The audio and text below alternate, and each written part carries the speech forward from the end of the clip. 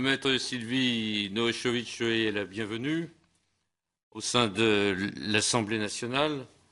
Nous avons été désignés, Georges Fenech et moi-même, pour diriger la mission d'information sur l'évaluation de la loi du 20 juin 2014 relative à la réforme des procédures de révision et de réexamen d'une condamnation pénale définitive.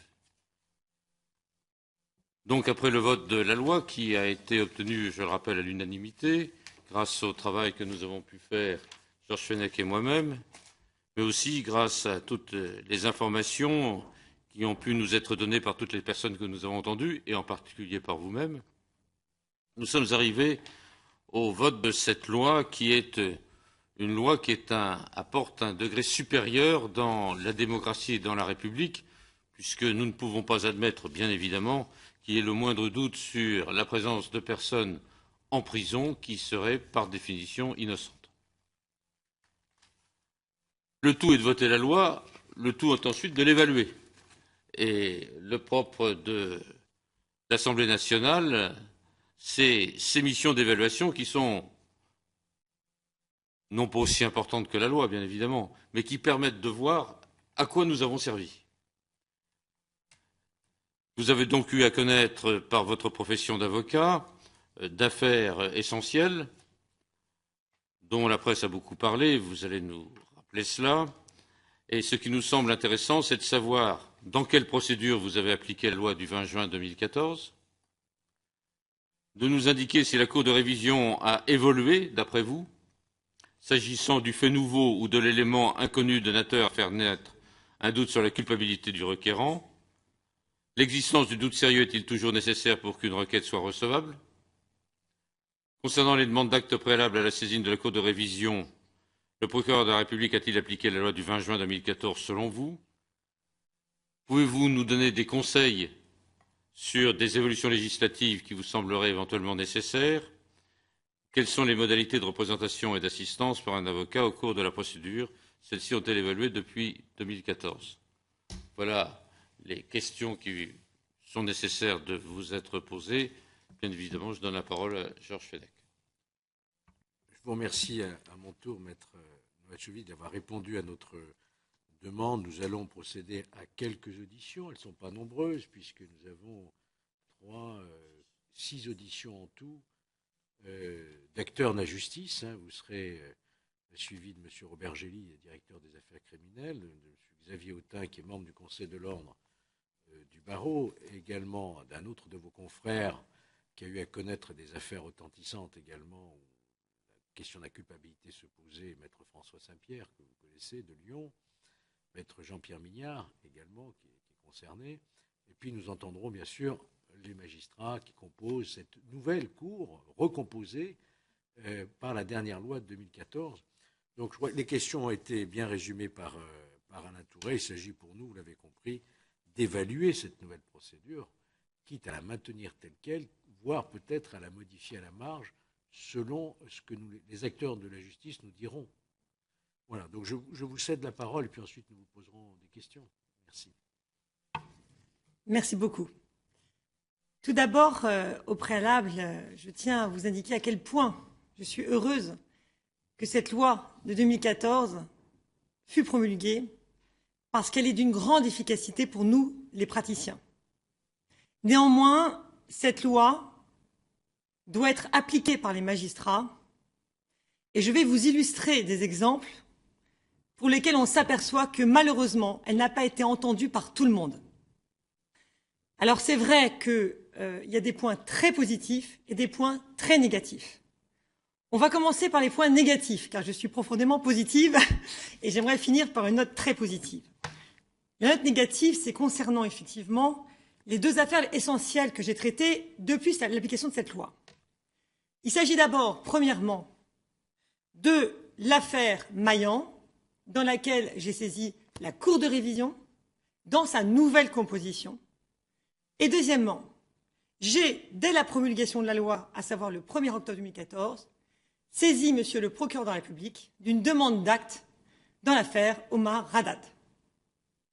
C'est pour ça que je vous disais dans un premier temps note positive, note négative. Moi, la première négative, c'est de l'affaire Maillan. Pourquoi? Eh bien, j'ai pu malheureusement constater, au travers de ces affaires Maillan, devant la Cour de révision, que celle-ci continue d'appliquer la notion de doute comme une certitude. Et je vais clairement vous le démontrer, également par les pièces que je ne manquerai pas de vous adresser, qui en justifient expressément. Comme j'ai pu vous l'indiquer lors de mon audition par vos soins en octobre 2013, M. Raphaël Maillan a été condamné en 1998 donc à 17 ans de réclusion criminelle pour avoir tué Valérie Bechtel, soi-disant. Il a toujours clamé son innocence et j'ai déposé à son profit plusieurs requêtes en révision. Donc je connais bien effectivement les procédures de révision, j'y suis passée de nombreuses fois. Et à chaque fois, on évoluait, et notamment en 2006, j'ai obtenu une demande d'acte, une demande d'information, parce qu'en fait, il y avait un expert, M. Mangin, je ne sais pas si vous vous en souvenez, qui disait « Je n'ai jamais été entendu concernant mon expertise médico-légale. J'avais donné 2 dates de la mort et personne ne m'a interrogé sur l'importance de cette date. Donc, effectivement, il y avait 2 dates possibles, la nuit de ce samedi à dimanche ou la nuit de dimanche à lundi, date auquel le meurtre aurait été commis. Tout le monde a retenu la date de samedi à dimanche. Mon client n'avait pas d'alibi cette nuit-là. Monsieur le professeur Mangin a été interrogé donc par la suite par la commission, par moi-même également. Il a confirmé qu'il aurait exclu, s'il avait été interrogé, avec force, un meurtre dans la nuit de samedi à dimanche. En conséquence, M. Maillan avait bien un alibi dans la nuit de dimanche à lundi, mais non dans la nuit de samedi à dimanche. Il avait un alibi, et parallèlement, de nouveaux experts donc ont été auditionnés par la commission de révision en 2006. Les nouveaux experts ont retenu une date de la mort dans la nuit de 2 heures entre 2 heures du matin et 4h30 du matin. C'est très important ce détail, vous allez comprendre pourquoi. Il faut savoir également que la condamnation de M. Raphaël Maillan reposait quasi exclusivement sur la dénonciation de son co-accusé, M. Yann Bello. Lui-même, qui a été condamné à une peine d'emprisonnement de 2 ans pour recel de cadavres, vol de magnétoscope et de sa télécommande. Or, il s'avère que 20 ans plus tard, le 18 juillet 2011, M. Yann Bello a tué son épouse dans les mêmes circonstances que Valérie Bechtel avait été assassinée, effectivement, 20 ans plus tôt. On s'apercevait qu'il y avait les mêmes mobiles, les mêmes modes opératoires, et également on a retrouvé un corps lacéré de coups et de coups de couteau, exactement comme pour Valérie Bechtel. J'ai immédiatement saisi la commission de révision à partir du moment où Yann Bello a reconnu les faits, et j'ai demandé bien sûr la révision du procès de M. Maillan. La commission de révision a ordonné un supplément d'information. Elle a rendu un rapport que je vous communiquerai, extrêmement important, qui démontre une instruction minutieuse de la part de Mme Raden et également de M. Moignard. À la suite et au terme d'une instruction minutieuse, ce rapport a été déposé et un arrêt a été rendu par la commission de révision, renvoyant devant la Cour de révision. On était là sous l'empire de l'ancienne réforme. C'est-à-dire qu'en fait, vous le savez, que, effectivement, à l'époque, la commission de révision donnait un avis sur le doute. Donc, pour elle, il y avait un doute. Il y avait un doute sur la date exacte de la mort, mais surtout sur le mobile de M. Maillan et sur l'impossibilité matérielle. La commission de révision a bien indiqué sur le fait que M. Maillan ne pouvait matériellement pas être sur les lieux du crime au moment du crime. Donc c'est un élément extraordinairement important.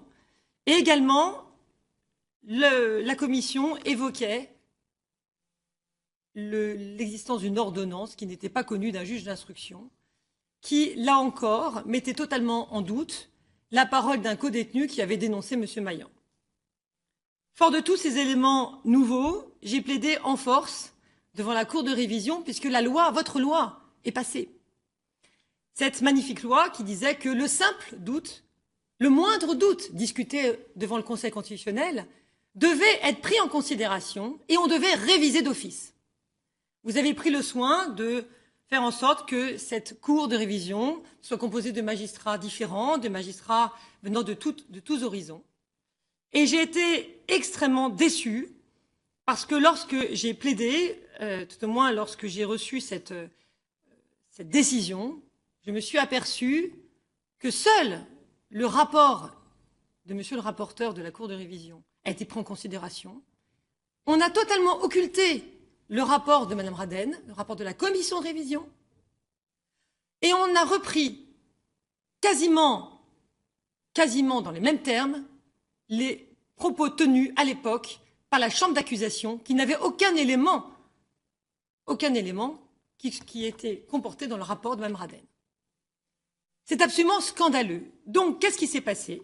Eh bien, la Cour de révision a ni plus ni moins débouté M. Maillan, rejeté la requête de M. Maillan et considéré qu'il n'y avait pas d'éléments nouveaux susceptibles de considérer qu'il y avait un doute et qu'il n'y avait donc pas de doute au sens de la loi. Donc, j'étais extrêmement déçue parce que la commission de révision elle-même considérant qu'il y avait un doute, il ne pouvait y avoir qu'une obligation pour la Cour de révision de réviser au sens de cette loi de 2014. Or, ça n'a pas été le cas. Quel est le recours dans ces cas-là? Eh bien, malheureusement, pas de recours. Donc, aujourd'hui, malgré votre loi, la Cour de révision a besoin d'une certitude, des preuves ADN, j'en parlerai plus tard pour l'affaire Omar Haddad, ou alors des aveux rétractés. En dehors de ça, on est toujours dans le même système. Que faire? Que faire?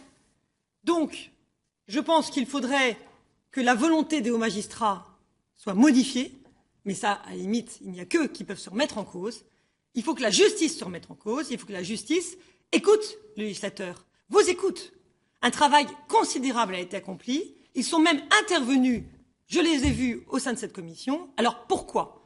Pourquoi il n'y a pas eu d'évolution au regard de cette affaire Maillan qui est flagrante d'inapplication de la loi. J'ai même saisi, à la suite de cela, la Cour européenne des droits de l'homme.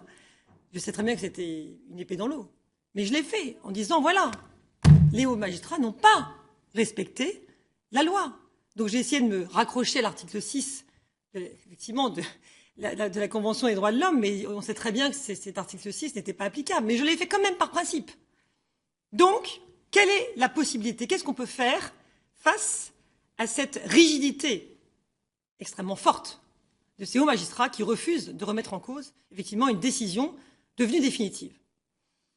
Eh bien, peut-être pourrions-nous ajouter un alinéa à l'article 624.7 du Code de procédure pénale, en indiquant qu'en cas de rejet de la demande par la Cour de révision, celle-ci doit motiver sa décision en répondant aux moyens soulevés par le condamné dans son mémoire. Je vous évoque cet alinéa qui pourrait être ajouté. Pourquoi? Parce que, en aucune manière, il n'a été répondu à mon mémoire. Mon mémoire, qui était conséquent, qui reprenait également l'argumentation de la commission de révision, notamment sur l'emploi du temps évoqué par M. Bello, qui rendait impossible le meurtre, eh bien, la Cour de révision n'a absolument pas répondu. Donc, si on oblige la Cour de révision à répondre aux moyens, c'est déjà un grand avancement. Deuxième chose, peut-être pourrions-nous réfléchir à un recours contre la décision de la Cour de révision, qui pourrait être formé dans les 10 jours, et le président de la Cour de cassation désignerait une nouvelle Cour de révision composée autrement. Alors peut-être qu'on pourrait envisager une cour de révision dans un premier temps peut-être moins nombreuse, parce que j'ai plaidé devant tous ces magistrats, aussi nombreux soient-ils. Est-ce que c'est nécessaire d'avoir autant de magistrats en première instance? Est-ce qu'il ne faudrait pas les diviser en deux, finalement? Puisque ça n'a rien apporté lors de cette audience. Ça éviterait des frais, parce qu'évidemment, je pense que ça comporte un certain coût d'avoir autant de magistrats. 2 fois de suite. Mais pourquoi? On a bien un appel devant les cours d'assises, pourquoi il n'y aurait pas un appel des cours de révision? Peut-être qu'à ce moment-là, les cours de révision se sentiraient peut-être remises en cause et peut-être qu'ils se diraient, bon, on va peut-être faire attention à ce qu'on va dire dans notre arrêt, parce que je vais être jugé derrière. Il faut sérieusement y songer, parce qu'il est extrêmement, non seulement déplaisant, mais contraire aux droits de l'homme, qu'on ne puisse pas avoir le moindre recours contre une telle décision. Vous imaginez que M. Maillan, qui avait un dossier méritant une révision, qu'est-ce qu'il demandait? Il demandait un nouveau débat, il demandait un nouvel effectivement, débat devant la cour d'assises, alors qu'il n'a même pas bénéficié de l'appel qui a été instauré par la loi du 15 juin 2000. Donc, il n'a eu le droit qu'à un seul débat, un seul procès. Qu'est-ce qu'il demandait? Un deuxième procès, c'est tout. Donc, c'est vraiment scandaleux. Alors, maintenant, je vais vous parler de ma note positive quand même. Oui, pardonnez-moi.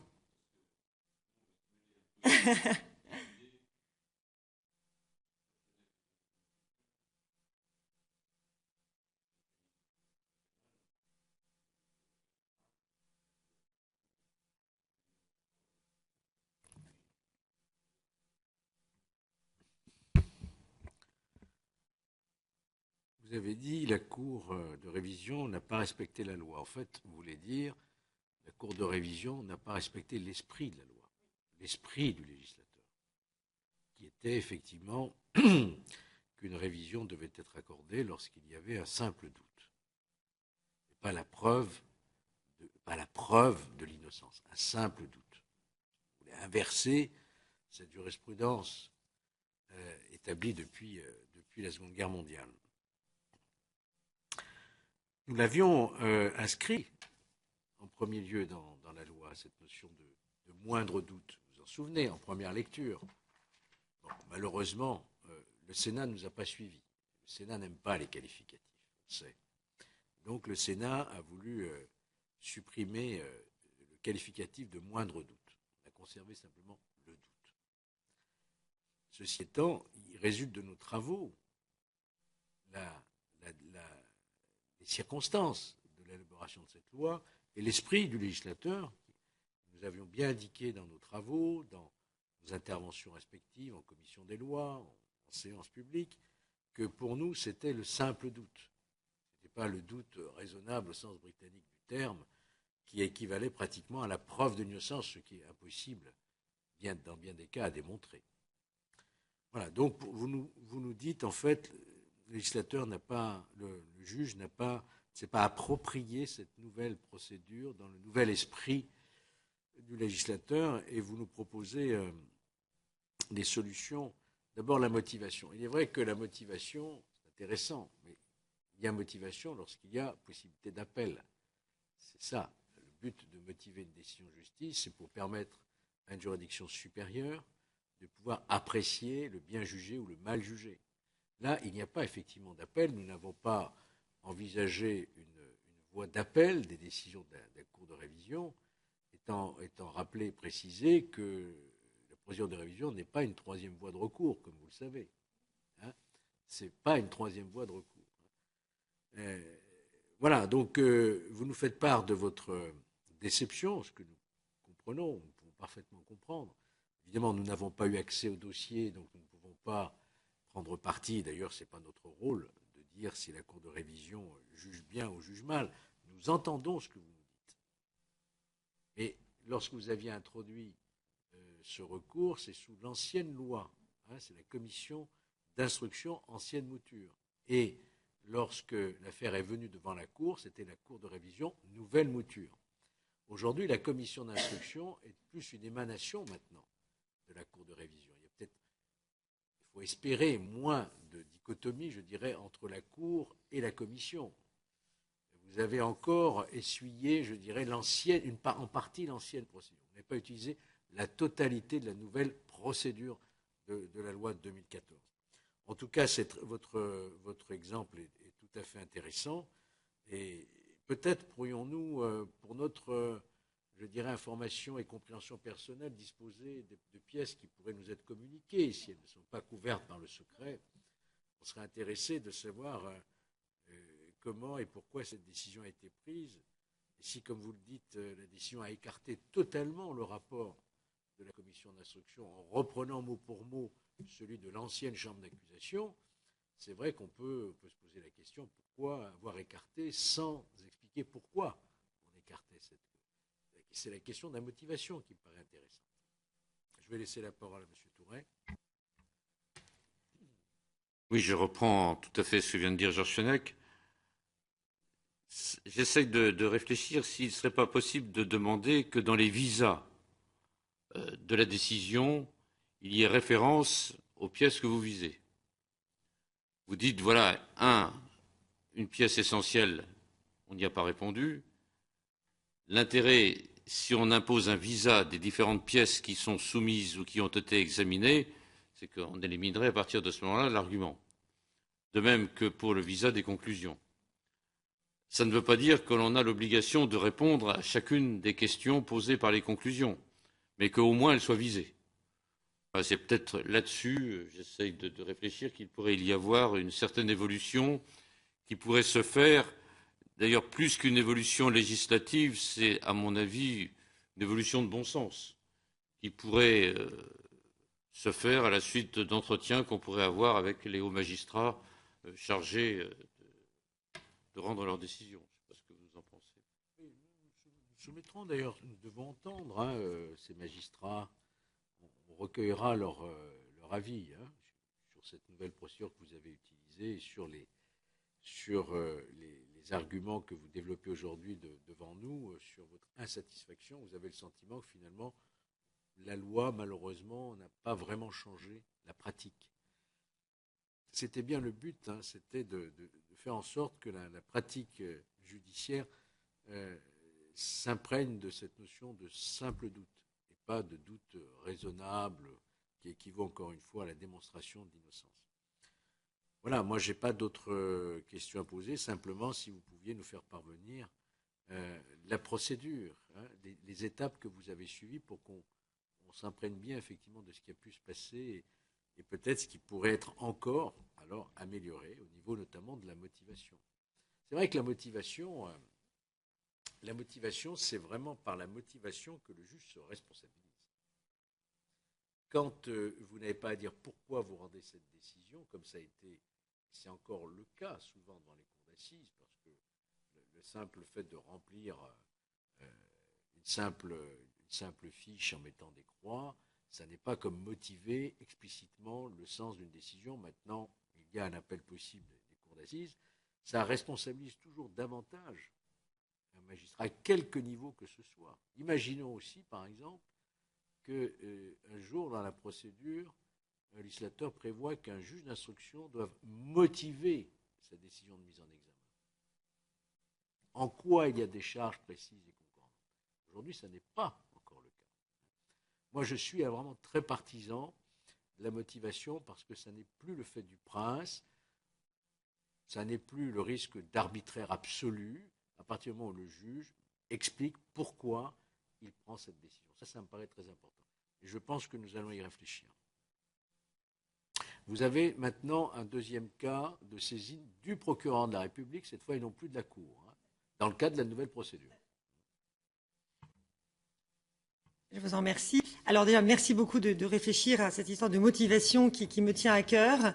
Et simplement, juste pour terminer l'histoire de la révision, il faut quand même avoir à l'esprit qu'il y a, même l'étude superficielle du dossier démontre qu'il y a une non-application de la loi. C'est par le fait que la commission de révision ait eu un doute. Si la commission de révision a eu un doute, eh bien, d'office, ils auraient dû réviser. Voilà, c'est mon... Je clôturerai ce débat, mais ça va de soi. Donc, bien sûr, je vous adresserai avec plaisir, d'ailleurs, j'ai tout préparé, je l'ai fait d'ores et déjà, tout le dossier vous permettant d'avoir une vision très claire de cette affaire et du fait qu'il faut absolument qu'on explique clairement aux magistrats comment appliquer la loi et quel est l'esprit de la loi. Alors, concernant les demandes d'actes préalables à la saisine de la Cour de révision, vous m'avez indiqué que vous souhaitiez savoir comment le procureur l'a appliqué, finalement, cette loi. Eh bien, en ce qui me concerne, j'ai une expérience extrêmement positive. Positive, vous avez dû entendre effectivement la presse lundi dernier, qu'effectivement, Omar Haddad a vu son ADN comparé. Il est, et d'ailleurs... Oui, bien entendu. Bien sûr, excusez-moi. Alors oui, on va repasser depuis le début. Donc j'ai pu appliquer l'article 626 du Code des procédures pénales de la loi du 20 juin 2014 à travers cette affaire Omar Haddad dont je suis l'avocat.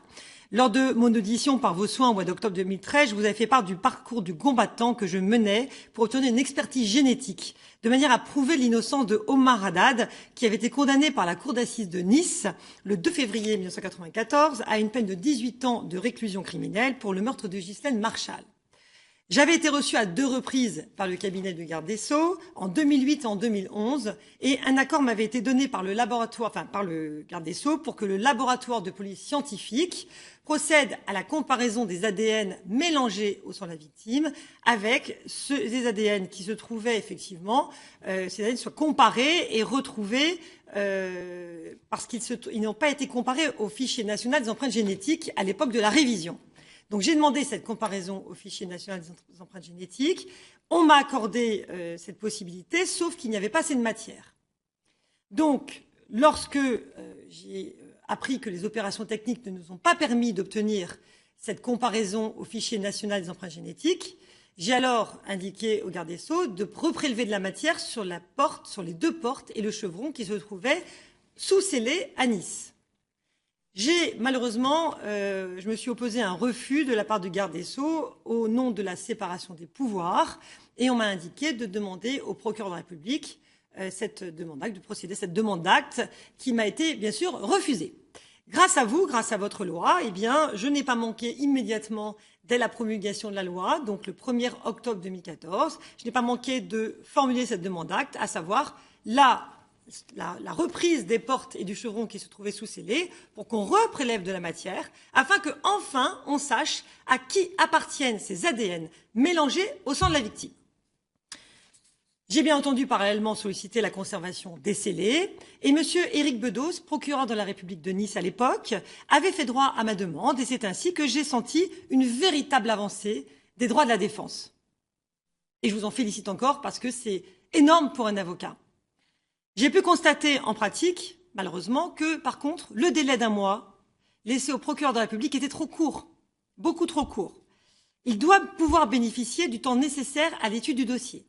Un dossier comme Omar Haddad est un dossier énorme qui comporte plusieurs volumes. Il a d'abord fallu qu'il numérise le dossier pour ensuite l'étudier. Donc, j'ai dû lui faire confiance, car il m'a demandé un délai. Dans la loi, il est prévu qu'il a 2 mois pour se prononcer et il n'y a pas de possibilité de renouvellement. Donc, comme il avait passé ce délai de 2 mois, j'étais très stressée car je me suis dit, mais si je dois lui faire confiance, mais si je ne lui fais pas confiance, eh bien, je n'ai qu'un intérêt, c'est saisir le procureur général pour éviter de perdre mon recours. On n'avait pas prévu ce problème, effectivement.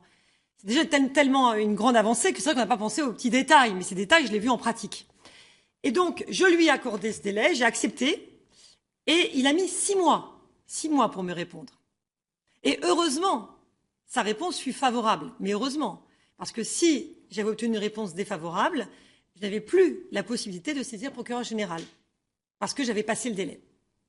Donc, j'ai bien fait de lui faire confiance, mais ça, c'est mon instinct et mon métier, ma pratique professionnelle de 28 ans de métier qui m'a permis de savoir que je pouvais lui faire confiance. Mais je pense qu'il est embêtant d'agir sur la confiance. On est aussi, on est dans le droit. Là, il faut quand même qu'on puisse avoir des délais raisonnables de manière à ce que chacun puisse travailler correctement. Donc, je pense que je propose qu'on modifie l'article 626 du Code de procédure pénale et qu'on précise que le procureur de la République statue sur la demande par une décision motivée dans un délai de 2 mois à compter de la réception de la demande, renouvelable une fois par lettre recommandée adressée au demandeur.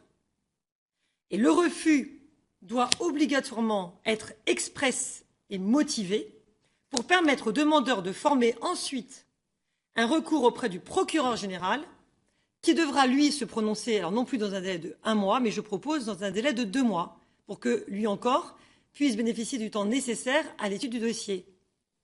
Parce que le risque, si on ne lui laisse pas assez de temps, c'est qu'il refuse, c'est qu'il, finalement, ne fasse pas droit à la demande du requérant en se disant que finalement, s'il étudie trop superficiellement le dossier, il y a des grands risques, effectivement, qu'il refuse la demande d'acte. Donc je pense qu'il faut laisser un délai supplémentaire au procureur de la République. Ça peut paraître étonnant pour un avocat de solliciter des délais supplémentaires pour un procureur, mais c'est vrai que la pratique m'a montré que c'est un petit peu court. Et je pense qu'à ce moment-là, on pourra ajouter un alinéa qui serait rédigé comme suit. Monsieur le procureur général doit rendre une décision motivée dans un délai de 2 mois.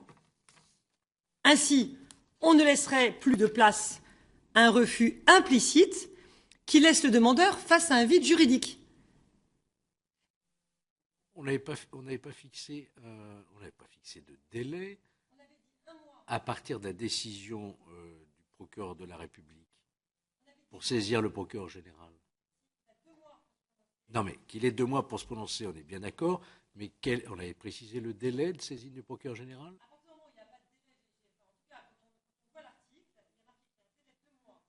Pour qu'il rende sa décision, oui. Sinon...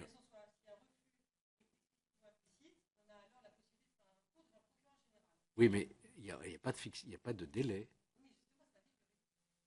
Vous pouviez quand même, au bout de 6 mois, si le procureur de la République avait rendu sa décision au bout de 6 mois, je pense que vous auriez pu saisir quand même le procureur général. Ouais. Je lui avais adressé une lettre recommandée en lui disant « Mais attendez, moi je vous laisse un délai, mais je perds mon délai. » Et lui-même avait interprété comme moi cette loi. Donc ça prouve bien qu'il y a un souci, qu'il faudrait peut-être le préciser justement, parce que si on est face à quelqu'un qui n'a pas envie effectivement de faire droit à une demande d'acte, il pourrait aussi de mauvaise foi dire « Écoutez, vous n'avez pas respecté le délai. » Donc je pense que c'est intéressant, justement pour éviter toute polémique, de préciser qu'il y a un délai préfixe, renouvelable une fois, et que le refus doit être absolument explicite. Et je vais même plus loin dans ma proposition, c'est de dire que on doit effectivement que si le procureur ne répond pas, dans les délais requis, eh bien, cela signifie que son refus serait considéré comme un accord tacite. Ça l'obligerait à répondre. Oui, je sais, c'est un peu dur comme position, mais au moins, ça l'obligerait à répondre et ne pas laisser l'avocat dans une situation perplexe d'attente. Dernier problème que j'ai vu en pratique, c'est le délai postérieurement à l'accord. C'est qu'en fait, une fois que vous avez eu l'accord, c'est ce qui s'est passé dans Maradat, j'ai eu l'accord donc sur cette demande d'acte, il s'est avéré que malheureusement, M. Bedos, qui avait l'air très intéressé par le dossier, très motivé, a été muté. Tant mieux pour lui et tant pis pour moi. Donc finalement, c'est un autre procureur qui a pris sa suite, qui est tout aussi éminent, mais je veux dire, il ne connaissait pas encore le dossier. Et donc, il y a aussi une reprise de dossier du temps qui passe. Donc finalement, il s'est écoulé beaucoup de temps. Je n'ai toujours pas, à ce jour, ça fait plus d'1 an, la comparaison au fichier national des empreintes génétiques, alors même que sur une scène de crime, en 48 heures, on peut avoir immédiatement ce résultat. Et finalement, il n'y a pas ce délai raisonnable qu'on pourrait attendre. Donc, je pense que là encore, on pourrait... Alors, c'est vrai qu'aujourd'hui, on a eu des résultats, je vous dis, lundi dernier, que effectivement, on sait que... parce que M. Omar Haddad a de nouveau comparé son ADN à ceux qui ont été mélangés au sang de la victime, qui ont été effectivement extraits récemment donc par le procureur de la République via le laboratoire scientifique. Alors c'est une grande avancée, on sait que ça n'est pas Omar Haddad, effectivement, ça n'est pas son ADN. Donc maintenant il faut savoir à qui ça appartient. Mais ça c'est une demande que je formule depuis des mois et des mois et des mois. Donc aujourd'hui, on veut que ce délai, enfin je dis on veut, les avocats souhaitent que ce délai soit raisonnable et que finalement on puisse obliger le procureur à réagir, par exemple parce qu'on ne pourrait pas lui dire qu'il a 6 mois maximum pour faire droit aux demandes, pour agir. Parce que sinon, ça peut durer des mois et des mois. Alors, là aussi, je propose qu'on ajoute un alinéa qui précisera donc que dans le cadre des actes opérés par le procureur, celui-ci aura l'obligation de rendre compte de manière régulière aux demandeurs de ses diligences, en adressant notamment au fur et à mesure des actes accomplis une copie numérisée du dossier. Alors vous allez me dire pourquoi vous dites ça? Eh bien, tout simplement parce que je vais toujours à la pêche au renseignement, j'envoie des mails, je n'ai pas de réponse, mais ça peut arriver dans n'importe quel dossier. Je peux dire que de temps en temps j'ai des réponses, je finis par avoir au téléphone Monsieur le procureur de la République, et finalement, très curieusement, j'apprends par la presse des fois des éléments nouveaux. C'est pas très agréable pour l'avocat. Donc c'est quand même intéressant, en amont, que l'avocat soit respecté et qu'il reçoive effectivement une copie numérisée du dossier, qu'il soit tenu informé des diligences du procureur de la République. On est sur un pied d'égalité. Donc il n'est pas question que l'avocat soit soumis et attende gentiment que le procureur réagisse. Donc le procureur, il est au courant de ce qui se passe, il est au courant du résultat des demandes d'actes, eh bien il doit informer l'avocat. Je pense que ce serait intéressant de rajouter qu'il doit tenir compte de ces diligences. Je sais que M. Bedos me tenait systématiquement informé. Maintenant, je ne suis pas assez informée, j'estime, dans le dossier de M. Omar Haddad à ce jour. J'espère l'être désormais. Mais il est évident que si on ajoutait un alinéa à l'article 624.5 du Code de procédure pénale, eh bien peut-être, non pardonnez-moi, oui c'est ça, non c'est pas 624.5, c'est dans l'autre effectivement, dans la demande d'acte du procureur de la République, il faut que nous puissions absolument, dans l'article 626, que nous puissions absolument ajouter un alinéa qui précisera que le procureur doit rendre compte de ses diligences à l'avocat. Ça me semble important. Il doit vous informer de sa décision, de toute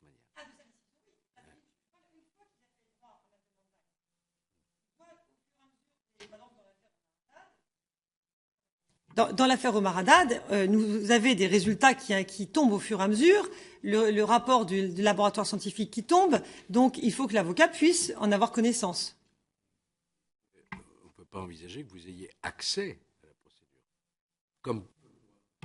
Comme au stade de l'instruction, vous avez accès à la procédure à tout moment, normalement. Est-ce qu'on ne pourrait pas imaginer que vous ayez, qu'on n'oblige pas à des formalités supplémentaires, compte tenu déjà de la charge du travail des parquets, à vous aviser des résultats à chaque fois, mais que vous ayez un accès permanent à la procédure? Alors c'est pour ça, effectivement, que je vous ai proposé d'ajouter un alinéa précisant que le procureur de la République doit tenir informé au fur et à mesure l'avocat en lui adressant une copie numérisée du dossier. Voilà. Alors c'est vrai que je l'ai réclamé. Monsieur le procureur au téléphone m'a indiqué que je l'aurais. Il n'y a pas de souci, je l'aurais. Mais j'aimerais l'avoir rapidement et ne pas apprendre par la presse ce qui se passe. C'est pas très agréable. Je préfère le savoir directement et en premier. Alors sinon. Concernant les demandes en révision, les demandes d'actes, je repense à la révision des procès. Et je vous parlais tout à l'heure de l'article 624.5 du Code de procédure pénale, parce que celui-ci prévoit que dans le cadre d'une demande en révision ou réexamen, le requérant peut saisir la commission d'instruction d'une demande d'acte écrite et motivée. Donc on est dans le même problème. L'article 624.5 du Code de procédure pénale prévoit que la commission statue sur la demande par une décision motivée et non susceptible de recours dans un délai de 3 mois à compter de la réception de la demande. Donc il m'apparaît nécessaire, là encore, que nous envisagions une voie de recours en s'inspirant finalement des dispositions de l'article 186, c'est pas vous que je vais l'apprendre, donc du Code de procédure pénale, et un recours alors pour être envisagé. Pourquoi pas devant une chambre d'instruction? Pourquoi pas? Parce que c'est quand même dur, parce que moi, là, je me projette pour l'affaire Omar Haddad en espérant pouvoir aller devant la Cour de révision et y retourner de nouveau, puisque j'espère bien qu'on va savoir qui est le véritable meurtrier grâce, effectivement, aux ADN qu'on a retrouvés mélangés au sang de la victime. Donc, je me projette. Et je me dis que je vais encore me retrouver devant la commission d'instruction. Donc, quand on voit qu'ils peuvent refuser en bloc une demande d'acte, c'est ennuyeux. Moi, j'aimerais bien avoir un recours possible. Donc, j'anticipe. Nous sommes dans ce dispositif toujours la recherche d'un équilibre entre le principe de l'autorité de la chose jugée et la révision, la reconnaissance d'une erreur judiciaire. Cette procédure est déjà beaucoup plus accessible, beaucoup plus contradictoire, beaucoup plus souple. Faut-il pour autant réintroduire tous les mécanismes des voies de recours, comme d'une procédure et d'une voie de recours, je dirais, ordinaire?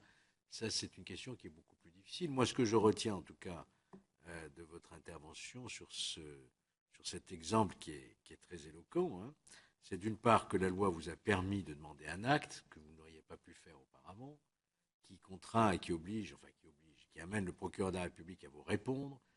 Et la question, c'est la question du délai, en fait, et de la communication des actes en cours. Voilà.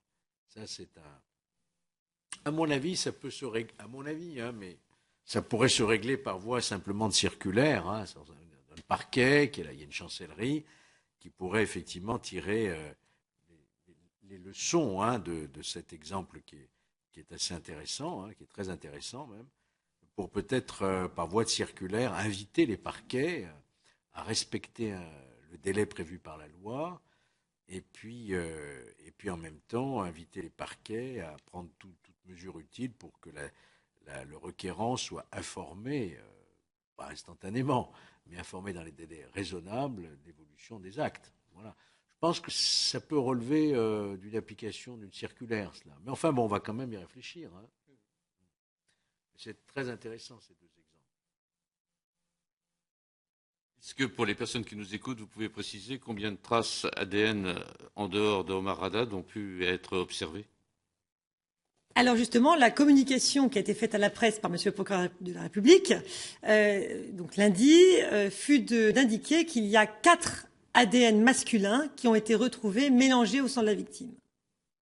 Donc voilà, donc j'attends avec impatience, premièrement, qu'il y ait cette comparaison qui soit faite au FNAG, mais également, Monsieur le procureur m'a promis d'effectuer d'autres demandes d'actes que j'ai formulées, parce qu'il y a l'entourage, effectivement, de la victime, qui n'est pas forcément, dont l'ADN n'est pas forcément inscrit au fichier national des empreintes génétiques, et tout l'entourage, quel qu'il soit, y compris celui de la femme de ménage, c'est l'entourage de la femme de ménage, entre parenthèses, que je suspecte, donc effectivement, qui doit effectivement se comparer, va voir son ADN comparé. Et donc nous allons très certainement avoir la vérité grâce à cette comparaison. Je suis extrêmement impatiente. Ça a été décidé dans une autre affaire, vous vous souvenez, par le juge von Rumbeck dans l'affaire Dickinson. Effectivement, il avait demandé à tous les habitants du village de venir donner leur ADN. On peut très bien, le procureur pourrait très bien, effectivement, solliciter l'entourage pour... Mais encore une fois, est-ce qu'il y a un moyen de contrainte? Là, je ne suis pas certain. Est-ce que le parquet a le moyen de contraindre tout l'entourage que vous désignez de donner son ADN? C'est pas... Je crois que ça va poser un problème juridique, là. Alors, si je peux me permettre, vous allez me dire que je suis pas avocat, mais juge d'instruction. Il suffit de les mettre en garde à vue. J'y refuse. En ce sens que s'il y a des indices concordants et graves, susceptibles de les, mais si on peut les contraindre, en ce sens que dans le dossier, il y a eu c'était des gens suspectés déjà à l'époque.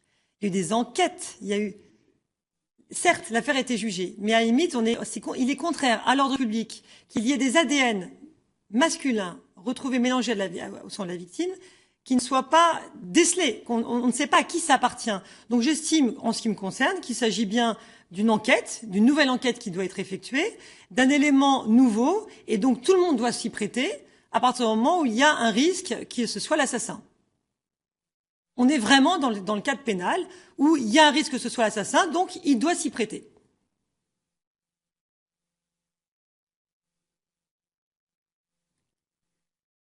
On en discutera. On en discutera ensemble, mais c'est vrai qu'il faut absolument trouver une solution à ce niveau-là, parce qu'on peut, comme dans cette précédente affaire que vous avez citée, vous avez tout à fait raison, je suis persuadée que nous allons retrouver effectivement le véritable meurtrier grâce à cette comparaison qui sera effectuée auprès de toutes les personnes qui l'ont entouré. Il faut le savoir à tout prix, il faut que cet homme, Omar Haddad, qui s'est de nouveau prêté à cette comparaison, puisse enfin être blanchi. Il attend ça depuis toujours. Il est aujourd'hui handicapé à 80%, il est déprimé, il est complètement reclus chez lui et au Maroc également parce que il n'a toujours pas été innocenté. Donc il faut sauver cet homme qui est innocent, j'en suis absolument convaincue. Alors tout à l'heure, vous me posiez la question, vous m'aviez indiqué quelles étaient les modalités de représentation et d'assistance par un avocat au cours de la procédure et est-ce qu'elles avaient évolué depuis 2014.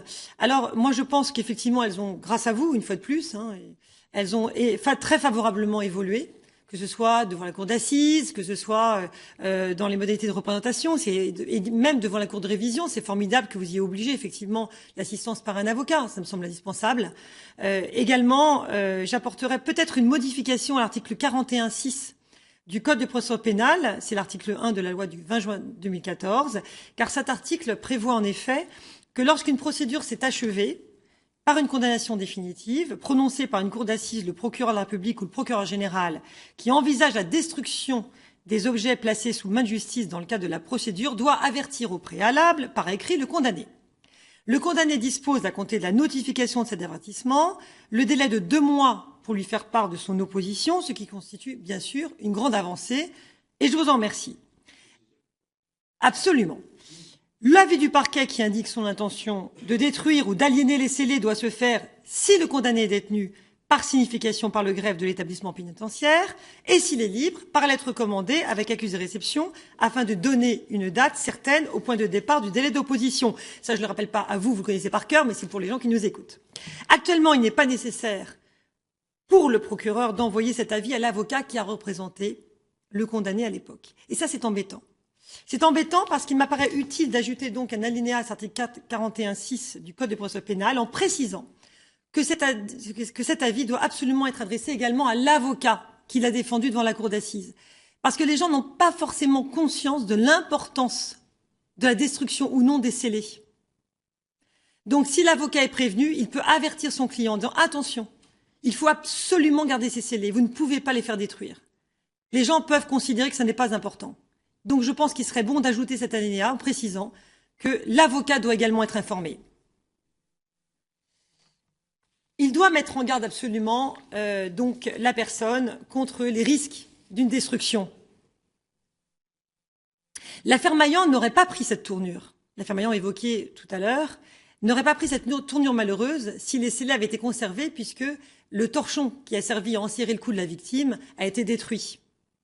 Donc c'est très embêtant. Et aujourd'hui, bien sûr, M. Maillan se retrouve sans pouvoir prouver son innocence grâce à cette preuve ADN, puisqu'on sait que la Cour de révision n'a pas encore notre vision du doute. L'identité du coupable aurait été révélée, bien sûr, et j'ai une chance inouïe dans l'affaire Omar Haddad, effectivement, que les scellés n'aient pas été détruits. Une chance inouïe. Donc si cette affaire a avancé, si cette affaire a pu être ouverte, c'est parce que les scellés avaient été conservés. Sinon, aujourd'hui, je n'aurais plus rien fait.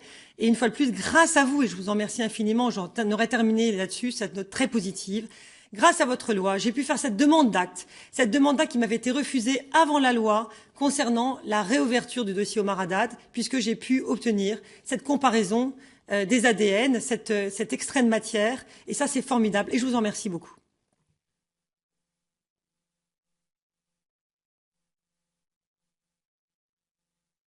En tout cas, maître, merci. Votre audition est très intéressante pour nous et nous allons, bien entendu, beaucoup réfléchir à ce que vous soumettez. Nous vous tiendrons informés. En tout cas, Omar Haddad et Maillan ont une très bonne avocate, manifestement.